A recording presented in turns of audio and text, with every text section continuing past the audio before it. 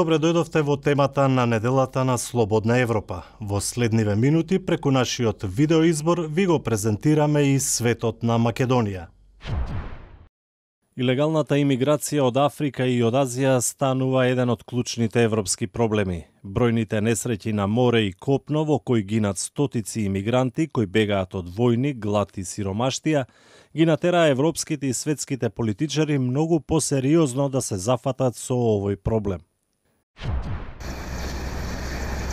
Генералниот секретар на Обединетите нации Бан Ки Мун, високиот представник за надворешна и безбедносна политика Федерика Могерини, како и италијанскиот премиер Матео Ренчи во понеделникот пловеа со брод од брегот на Сицилија за да покажат солидарност со напорите за спасување на имигрантите кои по Средоземно море се обидуваат да дојдат до бреговите на Европа.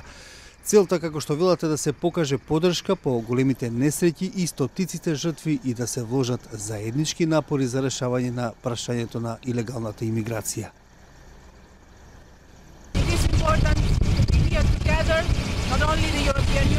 Важно е да се види тука не само за Европската унија, туку исто така и за Обединетите нации, бидејќи нам ни треба по-комплексен одговор на различните аспекти на феноменот. Спасување животи, борба со криумчарите, ни треба глобално партнерство и присуство на морињата на Европската унија заедно со Обединетите нации во рамките на меѓународното право, порача високиот представник за надворешна и безбедносна политика Федерика Могерини. За ова прашање или како да се влезе во сршта на проблемот, интензивни разговори се водеа меѓу челниците на Обединетите нации и Европската унија. Имено проблемот не е нов, но европските лидери се соочуваат со гнев по смртта на стотици бегалци кои се обидува во изминативе недели да стигнат до Европа и Африка. Европската унија се соочи со потребата од носење нова миграцијска политика и начините за борба против шверцерите со луѓе. Разни влади, разни интереси, па процесно согласување со активистите и експертите од оваа област. Како што е познато, лидерите на Европската унија на вонредниот состанок во Брисел кон крајот на минатиот месец се согласија да ги засилат операциите за спасување на имигрантите на Средоземно море.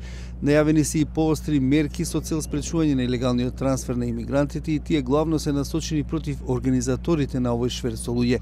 Во заедничкото соопштение на шефовите на држави и влади на Европската унија се потенцира дека бранот илегални имигранти ќе биде спречен со разбивање на криумчарските мрежи, со изведување на виновниците на суд и со запленување на нивниот имот. На самитот е решено тројно да биде зголемен буџетот наменет за операцијата Тритон на спасување на бегалците кои пристигнуваат во Италија и Малта.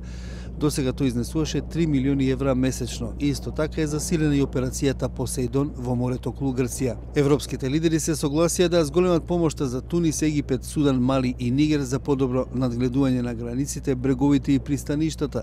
Сепак многумина се согласува дека главно во спречувањето на оваа човечка трагедија е отстранувањето на причините на нелегалната миграција и шверцот со луѓе.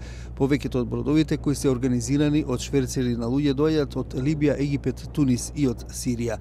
Од почетокот на оваа година до сега над 35.000 баратели на азил и имигранти пристигнале во Европа, а над 1500 се удавиле во таквиот нивен обид.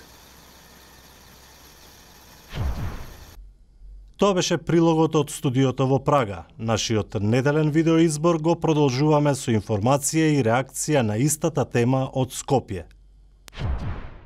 И во Македонија се зголемува бројот на илегални имигранти. Според најновите податоци, тоа е за 3 пати поголем во однос на претходната година.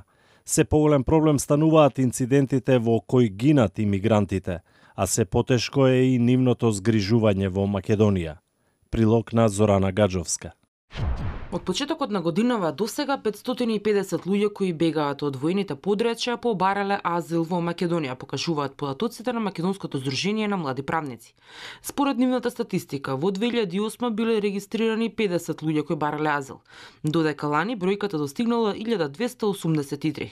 Во изминативе 2-3 години најчести баратели на азил се сирици, афганистанци и сомалици. Со правната помош од здружението минатата година 11 сирици добиле во Македонија статус на бегалец. Мигрантите годинава станаа видливи за јавноста по железничките несреќи во кои според податоците на здружението од минатото лето досега загинаа 27 луѓе. Мартина Смилевска од Здружението на млади правници вели дека не треба да дозволиме патот од Гевгелија кон Европа за мигрантите да стане пат кон неизбежна смрт, доколку возот е побрз, а глисурата премногу тесна.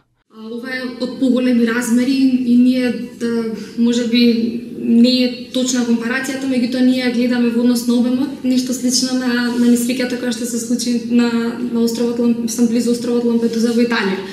Она што ние сакаме да препорачаме во суштина дека не треба Македонија да биде таа која што нема да ја овозможи заштитата која што можела да ја овозможи. А тоа повторно ќе кажам, најмногу се однесува во однос на градење на транспарентни системи на заштита и во однос на идентификување на правите потреби на овие луѓе. Во суштина тоа е единствениот начин како ние би можеле да спречиме вакви незгоди да се случуваат и Македонија да биде гледана како земја која што не ги почитува основните човекови права, пред се правото на живот на овие лица. Според бројките на Министерството за внатрешни работи, илегалната миграција во земјава е тројно зголемена во однос на лани. Односно во 2014 година биле регистрирани 41.314 мигранти, од кои половина потекнуваат од Сирија, а 40% од Авганистан. Мигрантите кои што стануваат дел од македонскиот систем се сместуваат во две прифатилишта. Едното е од отворен тип, тоа е за барателите на азил во Скопското Волково, а другото е од затворен тип и спаѓа во видот на прифатилиште за странци во скопската населба Газибаба. Советничката за превентива од тортура на народниот правобранител Аница Томшички-Стојковска, која работи на терен, вели дека условите во прифатниот центар за странци се многу лоши.